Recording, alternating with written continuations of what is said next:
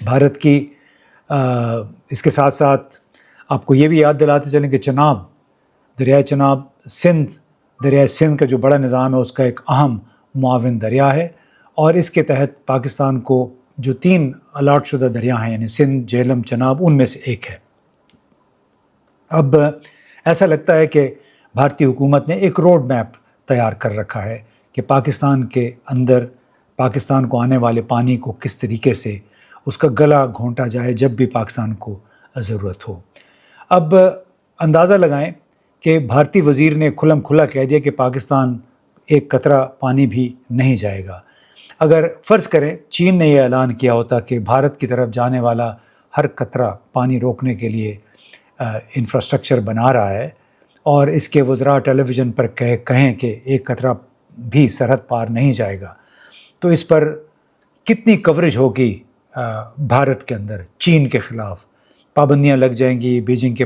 کو پہ الزام لگے گا کہ پانی کو ہتھیار کے طور پر وہ استعمال کر رہا ہے۔ اور صرف اس اندازہ لگا لیجئے کہ چین نے ایک مرتبہ بالائی برہم پترا، یعنی انڈیا میں جتنے بھی دریا آتے ہیں جو پانی آتا ہے وہ چین سے ہو کے آتا ہے، یعنی چین اپر ریپیرین ہے، تو چین نے ایک مرتبہ یارلنگ زانگ بو یعنی بالائی برہم پترا پر ایک ہائیڈرو پاور ڈیم بنانے کا کام شروع کیا، تو بالکل ویسی ہی وال ٹو وال تشویش پھیل گئی بھارت میں، حالانکہ چین نے کوئی دھمکی نہیں دی تھی، اور بھارتی حکام نے خود کہا تھا کہ یہ خطرہ ایک فسانہ ہے، کیونکہ دریا کا زیادہ تر پانی تو بھارت کے اندر مانسون کی بارشوں سے بڑھتا ہے۔ اور پھر بھی تعمیر کے عمل کو بدنیتی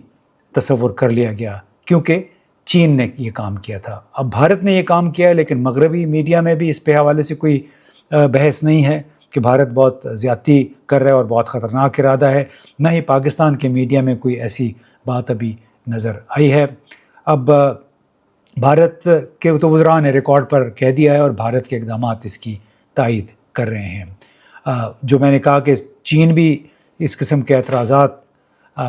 اٹھا سکتا تھا، اس وقت جب 9 جون کو یعنی 2 دن پہلے بھارتی انجینئروں نے ہمالیہ کے پہاڑوں میں واقع اسٹریٹجک اہمیت کی حامل زوجیلا ٹنل کے آخری چٹانی حصے کو کاٹ کر ایک اہم سنگ میل عبور کیا۔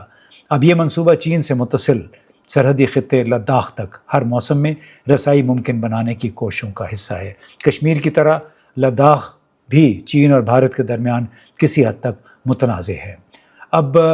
جو 13.14 کلومیٹر طویل زوجیلا ٹنل ایک اہم سیاسی اور تصویراتی پیغام بھی ہے۔ سال بھر سے نگر اور لداخ کو جوڑنے والی یہ سرنگ ہمالیہ کے پہاڑوں میں بھارت کی ایک دیرینہ لاجسٹک کمزوری کو دور کرتی ہے، جہاں برفباری کے باعث لداخ طویل عرصے تک باقی ملک سے کٹ جاتا تھا۔ 2020 میں لداخ میں آپ کو یاد ہوگا بھارت اور چین کے درمیان سرحدی کشیدگی ہوئی تھی، اور اس کے بعد ہی دونوں ممالک نے متنازع سرحدی علاقوں میں بنیادی انفراسٹرکچر جو ہے اس کو تیز تر کرنے کے منصوبے بنائے، اور جو زوجیلا ٹنل ہے یا بیاس ٹنل ہے، بیاس کے اوپر جو ٹنل بن رہی ہے جس کا ابھی ٹھیکہ ٹینڈر فلوٹ کیا ہے بھارت نے، یہ اسی سلسلے کی ایک کڑی ہے۔ یعنی بھارت کا آپ اندازہ لگا لیجئے کہ وہ اس وقت کر کیا رہا ہے۔ پاکستان نے اپنا پانی روکنے کا الزام تو بھارت پہ لگا دیا، لیکن اہم سوال یہ ہے کہ ہم نے سن 2000 سے پچھلے 25-26 برسوں میں بھارت نے کیا کیا اور پاکستان نے کیا کیا۔ اگر جنوبی ایشیا کو دیکھیں تو چین تبت میں برہم پترا یعنی یہ یارلانگ زانگشو کے بالائی حصوں پر دنیا کے سب سے بڑے ہائیڈرو پاور منصوبے کی تعمیر کر رہا ہے۔ بنگلہ دیش نے پدما بیراج کی منظوری دے دی ہے، جو اپنی تاریخ کے سب سے بڑے ایک انجینئرنگ منصوبوں میں سے ایک ہے، جس کا مقصد خشک سالی کا شکار جنوب مغرب میں پانی کی دستیابی کو بحال کرنا ہے۔ بھارت بھی تیز رفتاری سے اپنے ہائیڈرو پاور سہولیات، بیراج اور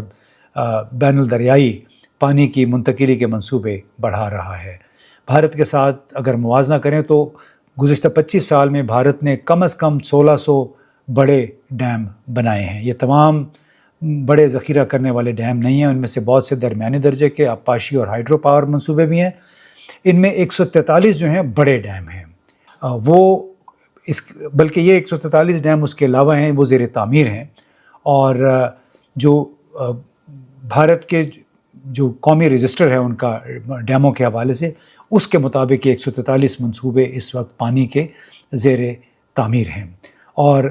ان میں سے 83 منصوبے جو ہیں وہ کافی بڑے ہیں، جو پانی بھی ذخیرہ ہوگا اور اس سے بجلی بھی پیدا ہوگی. یعنی جو چناب بیانس لنک ٹنل پروجیکٹ ہے یہ بھی تازہ ترین مثال ہے. اور اس کے علاوہ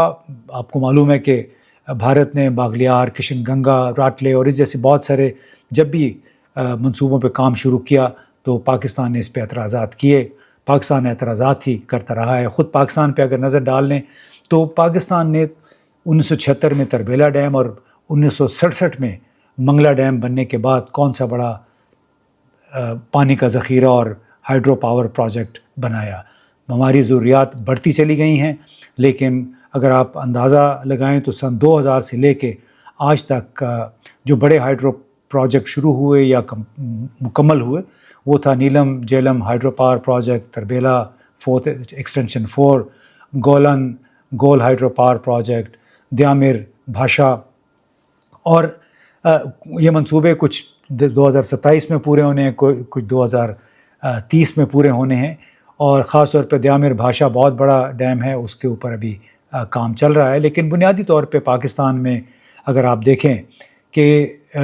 ڈان نے بھی حال ہی میں ایک رپورٹ دی ہے، اگر 1-2 دن میں پتہ چل جائے گا کہ پانی اور بجلی کے نئے منصوبوں کے لیے حکومت کوئی 180 ارب روپے کے قریب مختص کر رہی ہے نئے مالی سال میں. آپ اسی سے اندازہ لگا لیجیے کہ ایک طرف ہم نے 25-30 برسوں میں صرف 2-3 بڑے ڈیم مکمل کیے. نیلم جیلم ہائیڈرو پاور پروجیکٹ جولائی 2022 سے بند پڑا ہے کیونکہ اس کی ٹنلز میں نقص آ گیا تھا. اور اس کے علاوہ آپ یہ دیکھیے کہ جو 180 ارب روپے مجوزہ طور پہ اب مختص کیے جائیں گے پانی اور بجلی کے منصوبوں کے لیے نئے مالی سال میں، تو اسی سے اندازہ لگا لیجئے کہ ترجیحات کیا ہیں پاکستان کی حکومت کی. دوسری طرف آپ دیکھیں تو ایک عجیب سی ایک ہیجان سا ہے اور غداری کے سرٹیفکیٹ باندھتے جا رہے ہیں. اور کبھی ہم نے عوامی نیشنل پارٹی جو تھی، کبھی وہ نیشنل عوامی پارٹی ہوا کرتی تھی، اس پہ بھی پابندی لگا دی تھی. ہم نے بنگالیوں کو بھی غدار قرار دیا تھا، اب کشمیریوں کو بھی غدار قرار دے دیا ہے. تو ہم طویل المیعاد نقطہ نظر سے کام کرنے کی بجائے چھوٹے چھوٹے کاموں میں الجھے ہوئے ہیں، فائر فائٹنگ میں ہیں، جبکہ ہمارے پڑوسی بھارت، چین، بنگلہ دیش بڑی تیز رفتاری کے ساتھ ان قدرتی وسائل سے بھرپور فائدہ اٹھانے کی کوشش کر رہے ہیں جو کہ ان کو میسر ہیں، بجائے اس کے کہ وہ دوسروں پہ الزام لگائیں کہ انہوں نے ہمارا پانی بند کر دیا، ہماری بجلی بند کر دی. بڑی تشویشناک صورتحال ہے اس حوالے سے کہ بھارت کسی حد تک ذمہ دار ہو سکتا ہے پاکستان کے پانیوں کا، لیکن آپ نے اگر صرف 2-3 ڈیم ہی بنا سکے ہیں گزشتہ 50 برسوں میں اور 10-10 سال کی تاخیر کا شکار ہیں بڑے منصوبے، تو اس میں بھارت کا کوئی قصور نہیں ہے. جب تک اندرونی طور پہ آپ کی منصوبہ بندی اور اس پر عمل درآمد تیز نہیں ہوگا، دوسروں پہ الزام لگانا محض وقت کا ضیاع ہے. بہت بہت شکریہ.